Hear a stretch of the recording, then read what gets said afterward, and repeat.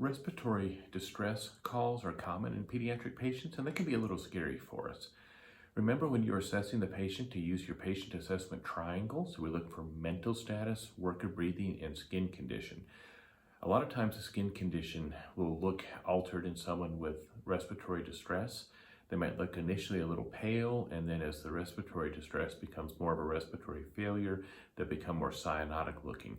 Look first in the nail beds and the lips to see if you see the discoloration there. In addition, we expect to see the nasal flaring, retractions, accessory muscle use of the necks and shoulders, trying to take that extra gasp. As children and infants tend to be more belly breathers, we can watch for abdominal breathing or belly breathing, although that may be just a normal thing for them, but they're going to be using all the muscles that they can to breathe. The sitting up in the tripod position is also very common for children, maybe not so much for infants because they can't sit up yet, but definitely for children.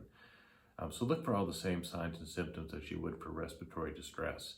Now, when we get into respiratory failure, now we no longer are providing enough oxygen for the body to maintain itself, so we begin to see changes in mental status. Early distress, we tend to see some anxiety and restlessness. When we get into failure, then we start to become obtunded or less responsive or sleepy or totally unresponsive. And those are late signs and symptoms and findings. And usually we think of that as respiratory failure. Initially, the respiratory rate goes up in respiratory distress, but then in respiratory failure, they become more bradypneic. Their heart rate begins to drop. They become bradycardic. So the respiratory rate's going down, their heart rate's going down. In fact, bradycardia, the leading cause of bradycardia for children is hypoxia. So anytime you have a slow heart rate in a child, make sure they're getting enough oxygen.